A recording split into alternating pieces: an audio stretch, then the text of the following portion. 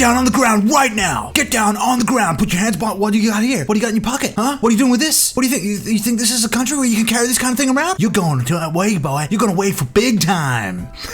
What's up, guys? Delusion from Del does, and today, that's right, we're taking a look at the Space Cop at Murdock. Space Cop, look, I don't know if that's confirmed, but to me, he feels like a space cop. He looks like a space cop, and he's hunting Twin Blaster. Twin Blast, you know? That is the only reasonable explanation we can come up with, because obviously, Twin Blast attempted to murder Gadget when they broke up. Gadget made Twin Blaster's arms. You know, we've been through this before, guys, okay? And of course, you've got the Enforcer, you've got Murdock. He's around here trying to find Twin. But look, there's many models of Twin now as well, and that's why sometimes they can be on the same team. So anyway, let's get cracking and have a look at Mr. Murdock, the Space Cop. Actually, just one thing real quick, guys. I mean, have you seen the skin for Murdock in the store right now? Like, I didn't even realize this. I've got to do a little bit more reading. I go through the patch notes, and sometimes I just need to pay more attention. I mean, there's different tiers of skins coming out. I believe there's like a tier 1 or a tier 2 skin of Murdock in the store right now, and the different tiers will add different kind of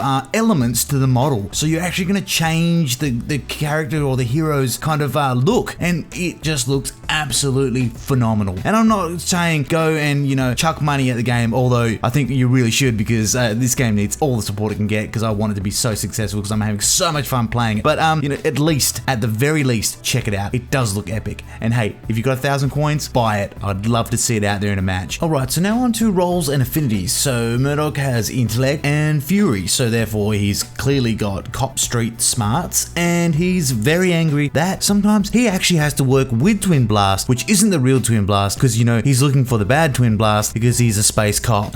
What the hell, Del? That doesn't even make sense. Okay, alright, let's just review this. So you wouldn't want a space cop to be really angry, I guess, because he could make a lot of mistakes. So maybe the fury is passion, and it's not a negative fury, it's a passionate fury, and he just really enjoys his job. And what is his job? Well, his recommended role is a carry. His attack type is range, we know that, with his awesome gun. Oh my god, that skull and crossbones on that gun is amazing. He does energy damage, and the difficulty is being given to him as easy, and he is, of course, a ranger. His basic stats sit with a basic attack power of 10, and what that means, guys, is essentially his left clicks, or his R2, you know, the main attack of this character is where you're going to get a lot of the main punch, and the skills actually work off of the main attack, such as his shotgun attack, and we'll go through that a little bit later on. But essentially, you want to be building this guy to support the power of his normal attacks. That's what it is. You want to be basically just pumping people in the face with your slugs, and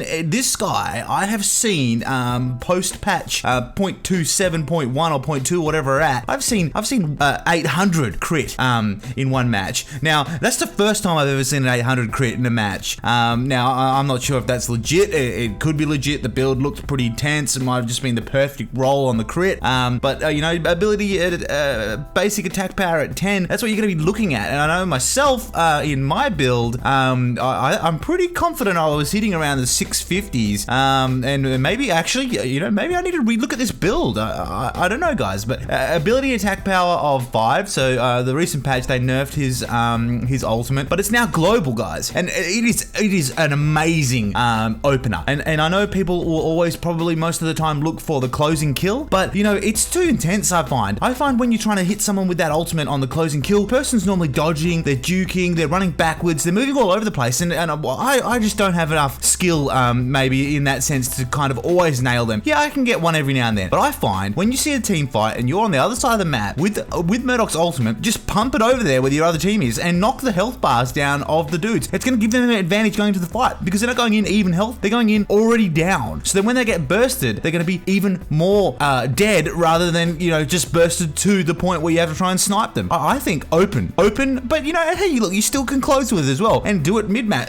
Use it whenever. Use it as just a burst damage attack. But I do love opening with it. Durability too, yes, he is quite weak. He can get rolled pretty hard, but you know, I find that you know, if people are coming up to you and trying to belt you in the face, your damage by mid to end game is so beast. More often than not, you can dodge them a little bit and sometimes even kill them before they kill you. And mobility 1, yes. Although he does have the shield, you can try and bounce people into your mines, which is a pretty friggin' cool combo if you pull it off.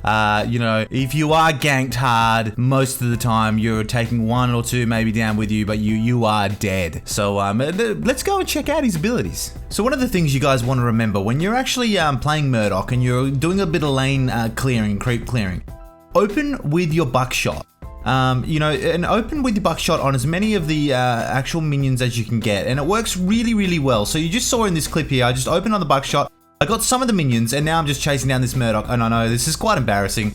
Actually, didn't really chase him down and kill him. But, one of the most important things also to remember though, guys, is the amount of times that I have lost a match because of that. And this is not an excuse, this is genuine seriousness. So many times we have lost matches from people chasing kills when it's not necessary. And you've got to make sure you push those creep waves up, no matter who you're playing, guys. Very important, okay? Those creep waves can build up in no time while you're on the other side of the map, and just think of what's going to happen when they remove travel mode, okay? So push your lanes out. And Murdock is a really, really good pusher. Open up with your buckshot, take out a whole bunch of minions as you can, and start pumping them with your plasma bolt, and you'll be clearing them, mid to end game like very quickly. I mean, look how fast I'm killing the minions already, and this is only 7 minutes in. So now we're going to go and try and get a gank on this Murdock, and he's going to get down before I even get it. Am I going to steal the kill? Oh, yeah, did I get it? Oh, level 5 steal kill. Yeah, steal the kill.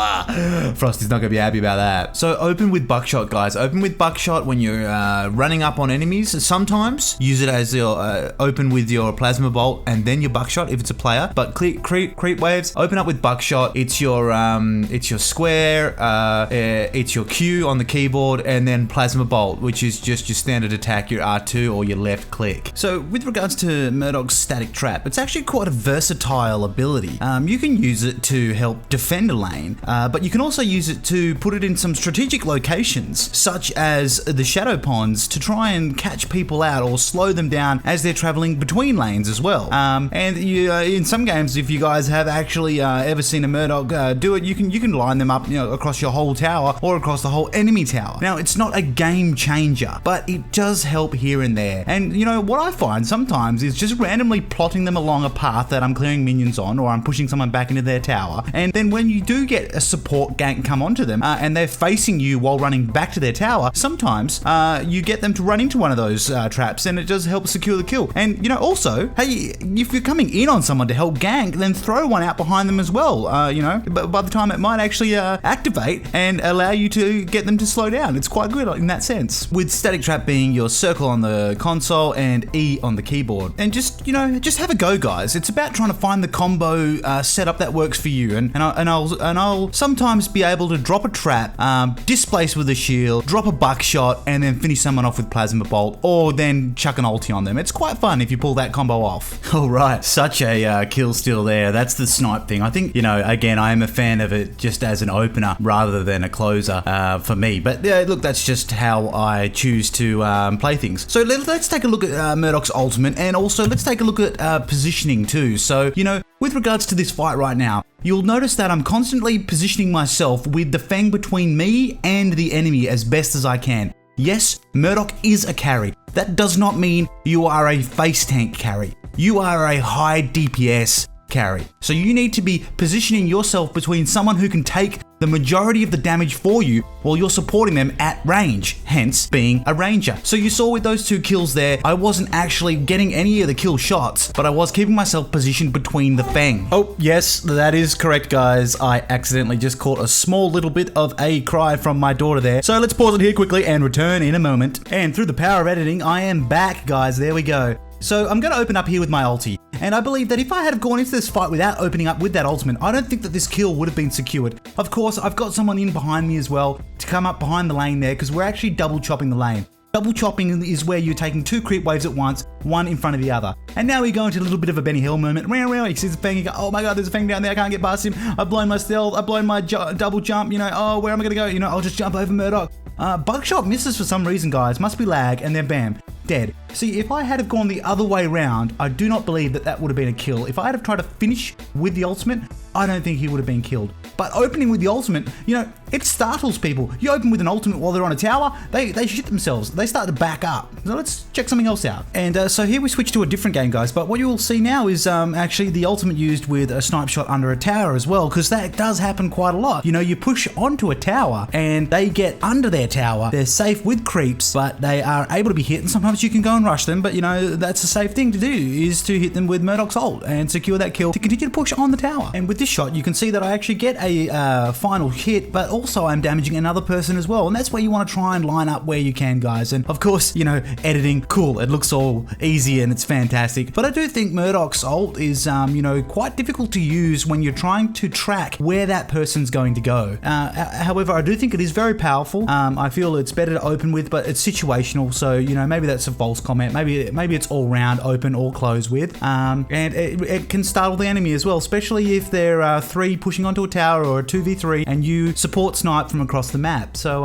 yeah, I mean, this is kind of a little bit of how I like to rock Murdock. And, you know, to be honest, guys, I didn't have as much fun as I've had with other heroes as what I did with Murdock. And, you know, I hope you've got some good stuff in here anyway. I will continue to play him and try and understand him a little bit more. And with regards to the build priority, don't follow the build priority in the video here, guys. Basically, you know, obviously post-patch 27.27, that's all been changed now. So I would just make sure you're going for your buckshot and also probably move on straight up. And then maybe, you know, after the ultimate, I would start to grab your mines, depending on how the game's going or depending on if you solo a tower. If you solo a tower, forget about move along and grow and grab your mines as well to support those side lanes where people can come and get a gank on you too. So there we go. You know, again, I hope you got something out of it. I look forward to bringing out my next video for you guys, which is going to be on Iggy and Scorch. And I had a lot of fun playing him.